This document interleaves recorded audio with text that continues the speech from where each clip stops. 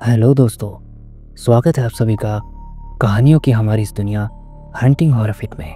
क्या आपने कभी सोचा है कि जिन पुरानी इमारतों को हम सिर्फ खंडहर समझकर छोड़ देते हैं, उनकी दीवारों के पीछे क्या क्या राज दफन होते हैं? या फिर क्या कभी किसी सुनसान जगह से गुजरते हुए आपको ऐसा लगा है जैसे कोई आपको घूर रहा हो, या किसी अनदेखी मौजूदगी ने आपकी रूह तक को कँपा दिया हो? अक्सर हम कहानियों में सुनते हैं कि कुछ घर शापित होते हैं, लेकिन क्या हो अगर आपके साथ भी कुछ ऐसा ही अजीब और अनहोना घट जाए? आज मैं आपको एक ऐसी ही कहानी सुनाने जा रहा हूँ, रवि और सीता की कहानी। एक नौजवान जोड़ा जिन्होंने एक पुरानी सदियों से वीरान पड़ी हवेली को अपना आशियाना बनाने का फैसला किया। उन्हें नहीं पता था कि यह हवेली सिर्फ ईंट और पत्थरों का ढांचा नहीं, बल्कि अपने अंदर सदियों का खौफनाक इंतजार और एक चीखती हुई रूह को समेटे हुए है। एक ऐसी आवाज जो रात के सन्नाटे में उन्हें पुकार रही थी। क्या आप तैयार हैं उस अंधेरी दुनिया में कदम रखने के लिए, जहां डर की हद पार हो जाती है? तो अपनी आंखें बंद कर लीजिए और मेरी आवाज के साथ महसूस कीजिए उस हवेली के हर एक कोने में छुपे राज को। एक पुरानी और सुनसान हवेली में, जहां सदियों से कोई नहीं रहता था, एक युवा जोड़ा रवि और सीता वहां रहने के लिए आए। वे हवेली के रहस्यमय वातावरण और डरावनी कहानियों से अनजान थे। आसपास के लोग ये कहा करते थे कि रात होते ही उस हवेली में से चीखने चिल्लाने की आवाज़ें आती है, और कुछ लोग ये भी कहा करते थे कि एक औरत रात को उस घर में गाना भी गाती है। लेकिन ये बात बहुत ही अजीब थी कि जिस घर में सदियों से कोई ना रहता हो, उस घर में कोई औरत गाना कैसे गा सकती है, या फिर उस घर से आवाज़ें कैसे आ सकती है? ये सभी के लिए एक रहस्य था, इसीलिए उस घर में कोई भी नहीं जाता था। एक रात जब रवि और सीता सोने की तैयारी कर रहे थे, तब उन्हें एक अजीब सी आवाज़ सुनाई थी। आवाज़ एक औरत की थी जो कि रो रही थी और मदद के लिए पुकार रही थी। रवि और सीता एक दूसरे को घूरने लगे। आधी रात का गहरा सन्नाटा उस आवाज़ से टूट गया था, जो हवेली के सोने गलियारों में गूंज रही थी। सीता के चेहरे पर खौफ साफ झलक रहा था। रवि, ये कैसी आवाज़ है? उसने फुसफुसाते हुए कहा। उसकी आवाज़ में एक कंपन था। रवि ने हिम्मत बटोरते हुए कहा, शायद कोई जानवर होगा, या फिर हवा का शोर। लेकिन उसके दिल की धड़कन भी बेतहाशा बढ़ गई थी। उन्होंने अभी अभी यह हवेली खरीदी थी, कम दाम में मिली थी, क्योंकि इसके बारे में कई अफवाहें थी। पुरानी हवेली जो शहर से काफ़ी दूर एक पहाड़ी पर थी, अपनी वीरानगी और अजीबोगरीब घटनाओं के लिए मशहूर थी। लोगों का कहना था कि यहाँ बदबख्त रूहों का बसेरा है जो सुकून से नहीं रहने देती। तभी आवाज़ फिर सुनाई दी, इस बार और करीब से, जैसे कोई उनके कमरे के बाहर ही खड़ा हो। यह एक दर्दनाक और हृदय विदारक सिसकी थी, जिसके साथ एक मासूम इल्तिजा थी, कोई है, मुझे बचाओ। तभी रवि धीरे से बिस्तर से उठा। मैं दिखता हूँ, उसने कहा, हालांकि उसके पैर लड़खड़ा रहे थे। सीता ने उसका हाथ पकड़ लिया। नहीं रवि, मत जाओ, मुझे डर लग रहा है। उसकी आंखों में आंसू भरे हुए थे। डरने की कोई बात नहीं है सीता, हम यहाँ अकेले हैं, और कोई कैसे हो सकता है? रवि ने उसे दिलासा दिया, लेकिन उसकी अपनी तसल्ली भी नहीं हो रही थी। उसने टॉर्च उठाई और धीरे धीरे दरवाजे की ओर बढ़ा, और फिर उसने दरवाज़ा खोला।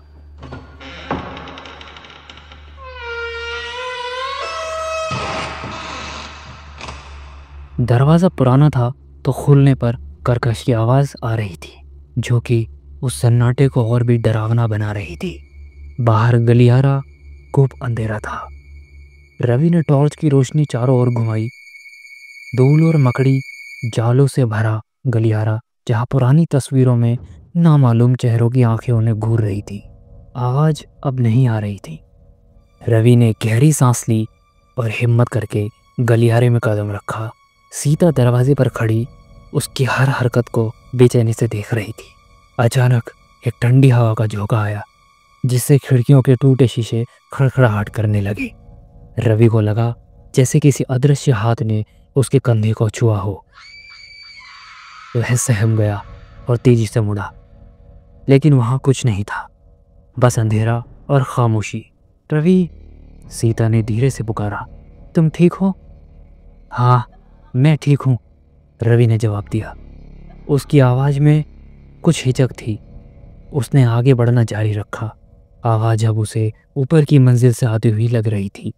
हवेली बहुत बड़ी थी, जिसमें कई कमरों में घुमावदार सीढ़ियाँ भी थी। जैसे ही वह सीढ़ियों की ओर बढ़ा, उसने सीढ़ियों पर एक स्याह परछाई देखी। परछाई एक औरत की थी, जो बेहद धीमी गति से ऊपर की ओर बढ़ रही थी। रवि का दिल उसके सीने में जोर जोर से धड़कने लगा। उसने टॉर्च की रोशनी सीधे उस परछाई पर डाली।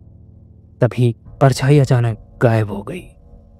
रवि का माथा पसीने से भीग गया। उसने कभी ऐसी किसी चीज का अनुभव नहीं किया था।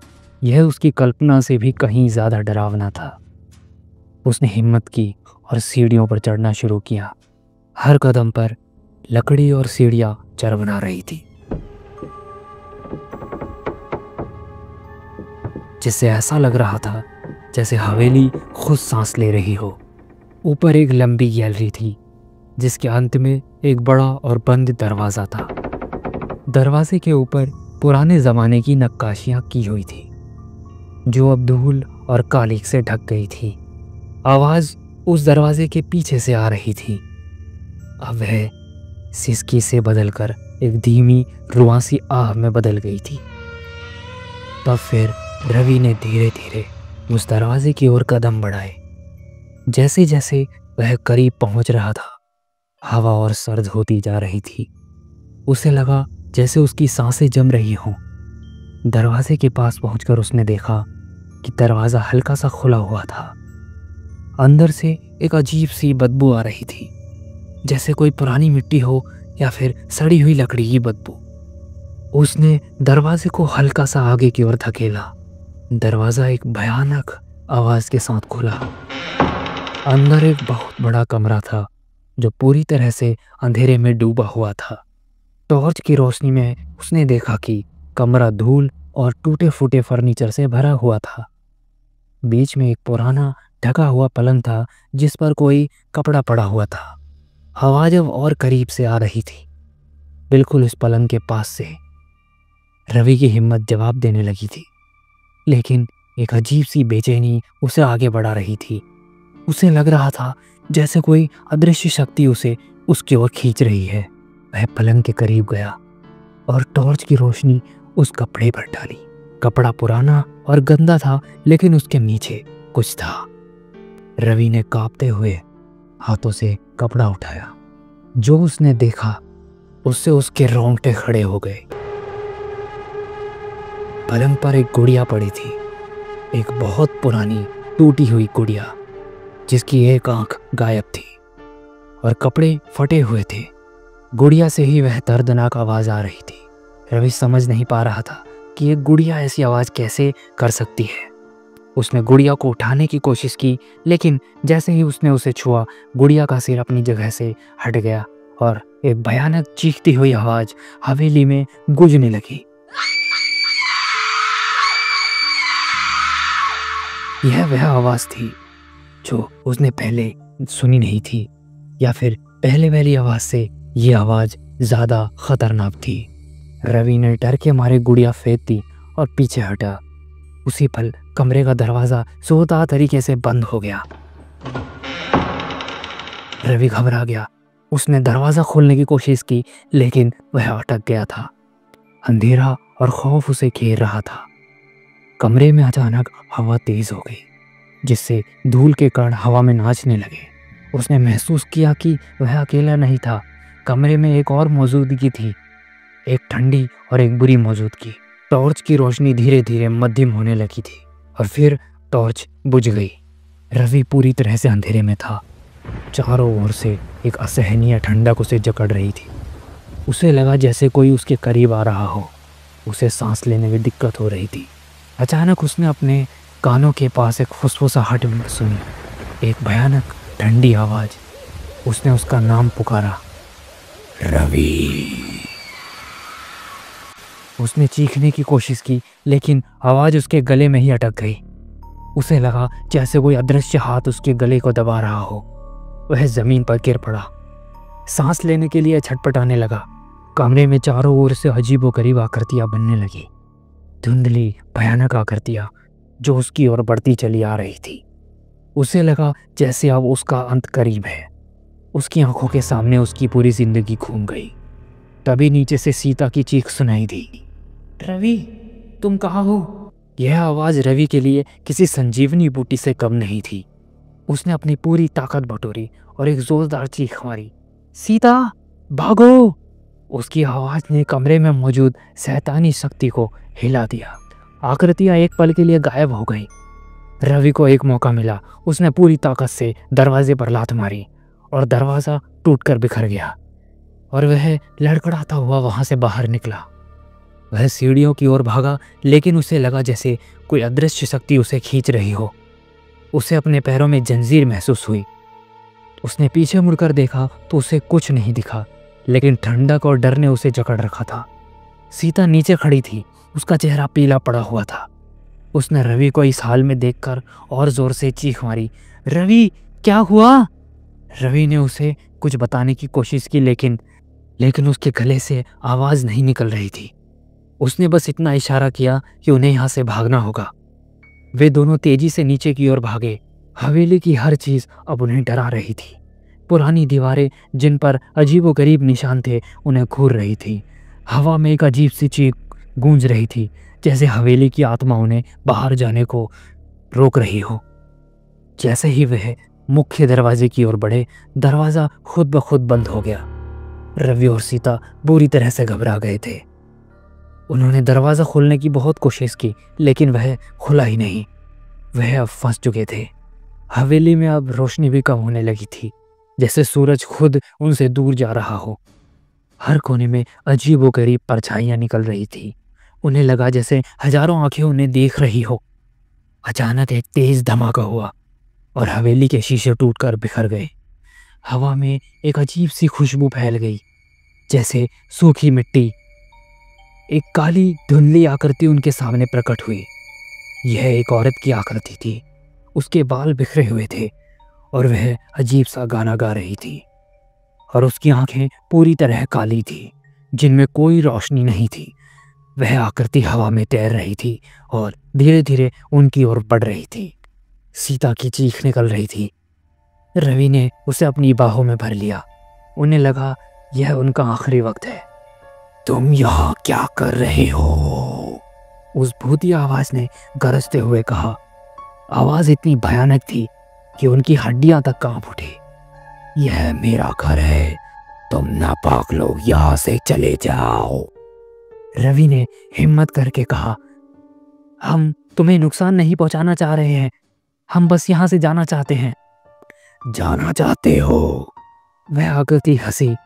उसकी हंसी सुनकर मानो उन दोनों का खून सा जम गया था। कोई यहाँ से नहीं जाता बिना कीमत चुकाए। वो आकृति उनसे ऐसा कहने लगी। आकृति तेजी से उनकी ओर बढ़ रही थी और तभी रवि ने सीता को पीछे की ओर धकेला और खुद सामने आ गया। तभी सीता को एक पुरानी धार्मिक किताब याद आई जो उन्होंने हवेली के कोने में से उठाई थी। वह उसके बैग में थी। उसने तेजी से उस धार्मिक किताब को निकाला और उसे उस आकृति की ओर बढ़ा दिया। जैसे ही धार्मिक किताब की रोशनी उस आकृति पर पड़ी, आकृति चीख उठी। वह धार्मिक किताब से निकलने वाली पवित्र रोशनी को बर्दाश्त नहीं कर पा रही थी। आकृति पीछे हटने लगी। उसके शरीर धुएं में बदलने लग गया था। नहीं नहीं, वह चीख रही थी, मुझे मत चलाओ। सीता ने धार्मिक किताब को और तेजी से पकड़ा। रवि को समझ आ गया था कि वह भूतनी किसी पवित्र चीज से डरती है।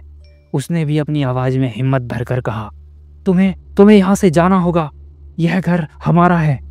भूतनी और ज़ोर से चीखी, लेकिन वह धीरे धीरे कमज़ोर पड़ रही थी। उसका शरीर धुंधला होता जा रहा था और उसकी भयानक आंखें अब सिर्फ अंधेरे के दो गड्ढे लग रही थी। एक आखिरी चीख के साथ वह आकृति पूरी तरह से विलुप्त हो गई, जैसे वह हवा में धुल गई हो। हवेली में अचानक सन्नाटा छा गया, लेकिन इस बार यह सन्नाटा सुकून देने वाला था। रवि और सीता ने एक दूसरे को देखा। वे हाँफ रहे थे, लेकिन जिंदा थे। मुख्य दरवाजा अब खुला हुआ था।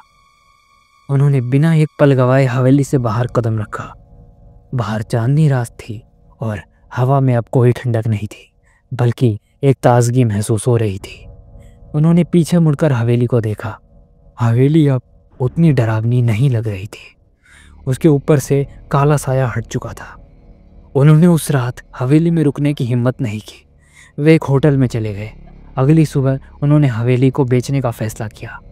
उन्होंने समझ लिया था कि कुछ जगहें बसने के लिए नहीं होती, वे सिर्फ कहानियाँ और राजों के अंदर सिमटे रहती हैं। उन्होंने यह भी तय किया कि वह यह कहानी किसी को नहीं बताएंगे, क्योंकि उन्हें पता था कि कोई भी उनकी इस कहानी पर यकीन नहीं करेगा।